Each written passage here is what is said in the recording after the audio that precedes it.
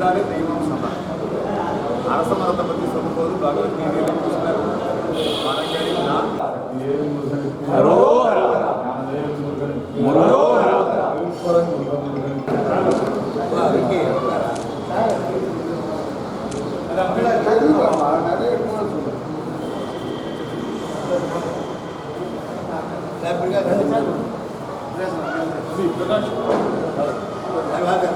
Wide ஒரு shot wide ஃபுல்லாக wide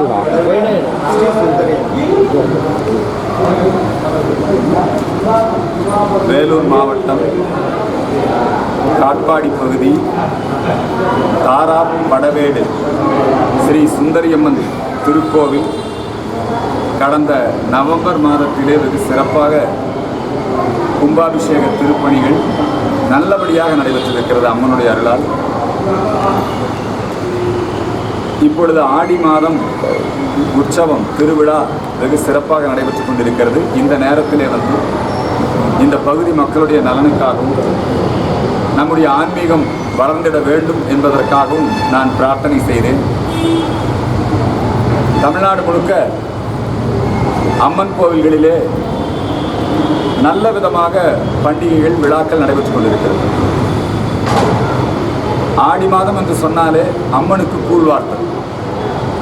இந்த அம்மனுக்கு கூழ்வார்க்கும் நிகழ்வுக்கு நேற்றைய தினம் நிதிநிலை அறிக்கை தாக்கல் செய்யப்பட்டிருக்கிறது. அந்த நிதிநிலை அறிக்கையிலே புனித யாத்திரை மேற்கொள்ளக்கூடிய அன்பு சகோதரர்கள் இஸ்லாமியர்கள் கிறிஸ்தவர்கள் அவங்களுடைய புனித யாத்திரைக்கு உதவித்தொகை அதிகரித்து வழங்கப்பட்டிருக்கிறது. வரவேற்கிறோம். அதே போல நம்முடைய பண்டிகை ஆடி பண்டிகை. இந்த ஆடி பண்டிகைக்கு எல்லா அம்மன் கோவில்களிலும் விழா கொண்டாடுவதற்கு அறநிலையத்துறை தமிழக அரசாங்கத்தின் சார்பிலே இந்த விழாவுக்கு நிதி ஒதுக்க வேண்டும். குறிப்பாக இந்த ஆடிக்குள் காய்ச்சி மக்களுக்கு அன்னதானம் வழங்குவதற்கு உணவு தானியங்களை இலவசமாக வழங்க வேண்டும். ரம்ஜான் போன்ற விழாக்களுக்கு அவர்களுக்கு நோன்பு கஞ்சிக்காக 400 மெட்ரிக் டன் அரிசி இதெல்லாம் வழங்கப்படுகிறது. அது மாதிரி நம்முடைய ஏன்னா இந்த இந்து சமய அறநிலையத்துறையில் 30,000க்கும் மேற்பட்ட திருக்கோவில்கள், அதில் 10,000க்கும் மேற்பட்ட கோவில் அம்மன் கோயில் தான். இந்த அம்மன் கோயில்களில் மக்களுக்கு ஏற்கனவே திருக்கோவில் மூலமாக உபயதாரர்கள் மூலமாக அன்னதான திட்டம் பல கோவில்களில் செயல்படுத்தப்படுகிறது. அன்னதான திட்டத்திற்கு என்று தமிழக அரசோ அல்லது மத்திய அரசோ விசேஷமாக நிதி ஒதுக்குவதில்லை. பக்தர்களுடைய உபயத்திலே அந்த திட்டம் செயல்படுத்தப்படுது. இவ்வாறு கும்பாபிஷேகம் பண்ணியிருக்கிறாங்க, ரொம்ப சிறப்பாக பண்ணியிருக்காங்க. எல்லா உபயதாரர்கள் நன்கொடையாளர்கள் இவங்க மாதிரி இருக்கிறவங்க இவங்க தான் இதை சிறப்பாக நடத்தினாங்க. அதுக்கு அறநிலையத்துறை ஒத்துழைப்பு. இந்த கும்பாபிஷேகத்தை சிறப்பாக நடத்தி இருக்கிறார்கள். அவர்களுக்கான ஒரு நல்ல பாராட்டை தெரிவித்துக் கொள்கிறேன். அதே நேரத்திலே நம்முடைய அரசாங்கத்துக்கும் அறநிலையத்துறை அமைச்சருக்கும் ஆடி பண்டிகை தமிழகம் முழுக்க அனைத்து ஆலயங்களிலும் குறிப்பாக அம்மன் ஆலயங்களிலே சிறப்பாக நடத்தப்படுகிறது. அதிலே அன்னதானத்திற்கும் கூழ்வார்க்கும் நிகழ்ச்சிக்கும் உணவு தானியங்களை இலவசமாக இந்த அரசாங்கம் வழங்கிட வேண்டும் என்கிற கோரிக்கையை முன்வைக்கிறேன். இது வேற ஏதாவது நீங்கள் தான் கேட்குறது? இந்த ஆலய அறநிலையத்துறை கட்டுப்பாட்டில் உள்ள இடங்களில் சமூக விரோத செயல்கள் குறிப்பாக இங்கே நடக்குது. அது அறநிலையத்துறை தடுக்க எந்த நடவடிக்கையும் மேற்கொள்ள அறநிலையத்துறை அதிகாரிகள் இதை காவல்துறை மூலமாக தான் தடுக்க முடியும். வரக்கூடிய பக்தர்களும் இது சம்பந்தமாக அறநிலையத்துறையுடைய கவனத்துக்கு கொண்டு போகணும். இப்போ சில கோவில்களில் திருட்டு நடந்தது. கோவை கோணியம்மன் கோவில் அங்கே பார்த்தீங்கன்னா உண்டியில் எழுதும்போது நைஸாக ஒரு பையன் மட்டும் எடுத்துருக்கோம். இந்த மாதிரியான கோயில்களில் உண்டியல் எண்ணுகிற பொழுது பக்தர்களை வச்சே எண்ணுவாங்க. கேமராக்கெல்லாம் வச்சு கண்காணிப்பாங்க. பக்தர்கள் முன்னிலையில் எண்ணுவாங்க. இன்னும் பாதுகாப்பு அதிகரிக்கும். கோயில்களுடைய அந்த கோயிலுக்கு சொந்தமான பகுதிகளில் புனிதமான பகுதிகளில் கோயிலில் வந்து நீங்கள் இங்கே வந்து பார்த்தீங்கன்னா இளஞ்சோடிகள் ஆபாசமான நடவடிக்கையில் ஈடுபடுறது அல்லது இங்கே உட்கார்ந்துட்டு மது அருந்துவது சூதாட்டம் நடத்துறது, இது மாதிரியான விஷயங்கள் கோவில்களிலே தடை செய்யப்பட வேண்டும். இப்போ அறநிலையத்துறை நிர்வாகத்தின் கீழே செயலர் இருப்பார், அவங்கெல்லாம் இருப்பாங்க. அவங்க அதுக்கான புகாரை கொடுத்து நடவடிக்கை எடுக்கணும். இப்போ இந்த பகுதியில் அந்த மாதிரி இருந்ததுன்னா நம்முடைய காவல்துறை தான் இதில் வந்து மிக முக்கியமாக நடவடிக்கை எடுக்க வேண்டும் என்கிற கோரிக்கையும் இந்த நேரத்தில் நாங்கள் முன்வைக்கிறோம். கோயிலுக்கு அருகாமல் இருக்கக்கூடிய மதுக்கடைகளெல்லாம் அகற்றப்படும். இந்த கோயிலில் ஆன்மீக சூழலுக்கு பாதிப்பு ஏற்படுத்தக்கூடிய வகையிலான செயல்கள், கோயிலுக்கு அருகாமையில் மதுக்கடைகள், கோயிலுக்கு அருகாமையில் மாமிச கடைகள், இவையெல்லாம் இருக்கக்கூடாது. பக்தர்களுடைய மனம் புண்படும்படியான எந்த நடவடிக்கையும் இருக்கக்கூடாது. இது வந்து ஏற்கனவே நாங்கள் கோரிக்கை வைத்திருக்கிறோம். சட்டங்களும் அப்படி தான் இருக்குது. அதனால் அரசாங்கம் இது சம்பந்தமான உரிய நடவடிக்கைகளை மேற்கொள்ள வேண்டும் என்கிற அந்த வேண்டுதலை இந்த நேரத்தில் தெரிவிக்கும். இப்போ அறநிலையத்துறைக்கு சொந்தமான இடங்களில் வந்து வேற பணிகளுக்கு பயன்படுத்தக்கூடாது, பொது பணிகள். அது வந்து இந்த ஆட்சி வந்து இந்த அரசாங்கம் அதில் தெளிவாக இருக்குது. இப்போ வள்ளலார் சத்தியஞான சபை ஞான பெருவழி கடந்த காலத்தில் அங்கே வந்து கட்டிடங்கள் கட்டுவதற்கு முயற்சித்தார்கள். இப்போ இந்த ஆட்சி வந்து அந்த பணிகளை நிறுத்தியிருக்கிறாங்க.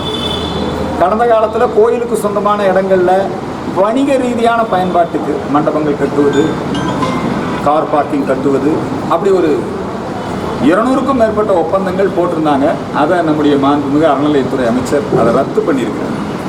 கோவில் சொத்து கோயிலுக்கு, ஆண்டவன் பெயரில் கோவில் சொத்துக்கள் இருந்தால் அதை வந்து யாராவது ஆக்கிரமித்தால் அவங்க மேலே நடவடிக்கை எடுக்கப்படும் அப்படிங்கிறத பழனி திருக்கோவில் தண்டாயுதபாண சுவாமி அந்த மடத்துக்கு சொந்தமான நிலத்தை முறைகேடாக பதிவு பண்ணவங்களை இன்னைக்கு கூட கைது பண்ணியிருக்கிறாங்க. அந்த பத்திரப்பதிவை ரத்து பண்ணியிருக்கிறாங்க. இது மாதிரி இந்த கோயில் சொத்துக்களை மீட்பதிலே இந்த அரசாங்கம் அமைஞ்சு 80-85 நாள் தான் ஆயிருக்கு. அதிலே அறநிலையத்துறை அமைச்சர் ஆர்வம் காட்டுகிறார். கோவில் சொத்துக்களை ஆக்கிரமிப்பவர்கள் மீது நடவடிக்கை எடுத்து வருகிறார். அதனால் இப்போ நாம் என்ன சொல்ல வர்றோம்னா, இந்த நடவடிக்கைகளை தீவிரமாக மேற்கொள்ள வேண்டும் என்பதுதான் நம்முடைய கோரிக்கை. அறநிலையத்துடைய அமைச்சருடைய அந்த செயல்பாடுகள் பாராட்டுதலுக்குரியதாகத்தான் இருக்கிறது. இப்போ நேற்று கூட பார்த்தீங்கன்னா இந்த விஐபி தரிசனம், கட்டண தரிசனம், ஆண்டவன் முன்னாடி வந்து கடவுளை காசு கொடுத்து தான் பார்க்கறது. அப்புறம் இப்போ பூஜை பொருட்கள் விலையெல்லாம் நிறைய அதிகரிச்சிருச்சு. அதனால் முடிஞ்ச வரைக்கும் கட்டண தரிசனத்தை ரத்து செய்ய வேண்டும் என்பது எங்களுடைய கோரிக்கை. இந்த பூஜை பொருட்கள், தேங்காய் பழம் விற்பனை, இதையெல்லாம் வந்து சரி செய்ய வேண்டும். எல்லா விஷயத்துக்கும் உபயதாரர்கள் ரெடியாக இருக்கிறாங்க. அரசாங்கம் அனுமதி கொடுத்தோம். அரசாங்கம் இதை முறையாக நிர்வாகம். நாங்கள் எங்களுக்கு பொறுத்த வரைக்கும் கோயிலில் அரசியல் இருக்கக்கூடாது. இப்போ கோயிலில் வந்து அறங்காவலர் நியமனத்துக்காக விண்ணப்பங்கள் வரவேற்கப்படுகிறது. பக்தர்கள், அரசியல் சார்பற்றவர்கள், பொதுநல சிந்தனையாளர்கள், ஆன்மீகவாதிகள், இந்த கடவுள் மேலே நம்பிக்கையாக இருக்கிறவங்களை தான் அறங்காவலராக நியமிக்கணும். அந்த விதிமுறைப்படி இந்த அரசாங்கம் செயல்பட வேண்டும். அரசியல் மற்றும் அரசாங்கம், அதிகாரம், இது ரெண்டுமே ஆலயத்துக்கு வெளியே தான் இருக்கும். கோயிலுக்குள்ளே வந்து அதான் சமம். கட்டண தரிசனம் இருக்கக்கூடாது. என்னங்க, கோயிலுக்கு வந்தால் நெஞ்சுக்கு நிம்மதி, ஆண்டவன் சந்தி. அந்த நியமிக்கப்பட்ட அறங்காவலர் வந்து அவர் வந்து பதவி ஏற்று கூடாதுன்னு தடுத்திருக்காங்களே இங்கே இருக்கிறவங்க. அவர் தலித் என்பதனால வந்து அவருடைய பதவி ஏற்று மறுத்திருக்காங்க. அது தவறான நடைமுறை. அது அர்ஜுன் சிம்மத்தை தான் போராட்டம் நடத்துவாரா? இல்லை இல்லை, நீங்கள் சொல்வது இப்போ தான் இந்த விவரத்தை என்னுடைய கவனத்துக்கு கொண்டு வர்றீங்க. இங்கே வந்து இப்போ தான் இந்த அரசாங்கம் அறங்காவலரை நியமிக்கிறதுக்கு விண்ணப்பங்களை வரவேற்று கொண்டிருக்கு. சரிங்களா? இப்போ யாரை நியமிக்க போகிறாங்க என்ன ஏதுங்கிறது அதெல்லாம் வந்து இனிமேல் தான் தெரியும். ஏற்கனவே நடந்த விவகாரத்தில் சட்டப்படியான நடவடிக்கைகளை மேற்கொள்ளலாம். அந்த பாயிண்ட்டை வச்சுட்டா நல்லா இருக்கும்னு சொல்லுவாங்க. அந்த பாயிண்ட் வச்சு ஏன்னாக்கா அந்த மாதிரி பாலிடிக்ஸ் நடக்குது. 4 அல்லது 5 அறங்காவலர்கள் நியமிக்கப்படுகிறார். அதில் ஒரு பெண்மணி இருக்கும். பெண்மணி இருக்கும். ஒரு பட்டியல் சமூகம், இதெல்லாம் விதி. அதில் ஒன்றும் தப்பு இல்லை. அந்த மாதிரி இருக்குது. அது எல்லா கோயிலும் அப்படி தான் நடந்துச்சு. இங்கே ஏதாவது ஒரு இடத்துல ஒரு சின்ன இஷ்யூ வந்திருக்கலாம். நீங்கள் பத்திரிகையாளர் இல்லை, நீங்கள் கேட்காது. பத்திரிகையாளர் சந்திப்புங்களா? இது பத்திரிகையாளர் சந்திப்பு, நீங்கள் அப்புறம் தனியாக பேசு. அதனால 5 ஆண்டுகளாக தொடர்ந்து அவர் பதவி ஏற்று கூட சார், அது வந்து கடந்த ஆட்சி, அதை விட்டுருங்க. இப்போ இவங்க புதுசாக அறங்காவலரை நியமிக்க போகிறாங்க. விதிமுறைப்படி நியமிக்க வேண்டும். அதில் இந்த அரசியல், ஜாதி இதெல்லாம் பார்த்து இந்து சமய கோயில்களில், அதுவும் குறிப்பாக அம்மன் கோயில்களில் தீண்டாமை ஜாதிக்கு இடம் கிடையாது. சார் இப்போ அரங்காவலர் இது அறநிலையத்துறைக்கு சொந்தமான இடங்கள்ல வணிக வளாகம் அந்த மாதிரி இப்போ மறுபடியும் அது பண்ணக்கூடாது அப்படிங்கிறதுக்கு தான் இப்போ இந்த அறநிலையத்துறை அமைச்சர் நடவடிக்கை எடுத்திருக்கிறார். சட்டசபையிலேயே சரியான பதில்களை சொல்லியிருக்கிறார். இப்போ அறநிலையத்துறை அவங்க வணிக பயன்பாட்டிற்காக பயன்படுத்துகிறாங்க அல்லது அரசியல் நோக்கத்துக்காக பயன்படுத்துகிறாங்க அப்படின்னா அது தடை செய்யப்பட வேண்டும். ஏற்கனவே அப்படி கடந்த திராவிட மாடல் அரசு பண்ணினதை ரத்து பண்ணியிருக்காங்க. அதை நான் வரவேற்கிறேன். இல்லை இப்போ அந்த மாதிரி இருக்கிறது மறுபடியும் இருக்கிறது சட்டப்படி நடவடிக்கை எடுக்கணும்ல. நீங்க மீடியா யார் நீ பிரஸ் மீட்ல கேள்வி கேட்டுக்கிற நீ? அதான் கேட்டேன். நன்றி, ரொம்ப சந்தோஷம். அனைவருக்கும் ஆடி பண்டிகை வாழ்த்துக்களை தெரிவிக்கிறேன். இந்த பட்ஜெட்ல இந்து மக்களுக்கு அவ்வளோ எதுவும் சலுகைகள் அறிவிக்க அது எங்களுடைய கோரிக்கை. அதான் இதுலயே வச்சுட்டேன். இருந்தாலும் எந்த அறிவிப்பு இது வரைக்கும் வரல. அதை கருத்திலே கொண்டு விதி எண் 110 கீழே வருங்காலத்திலேயாவது அந்த அறிவிப்புகளை வெளியிட வேண்டும் அப்படிங்கிறத கேட்டேன்.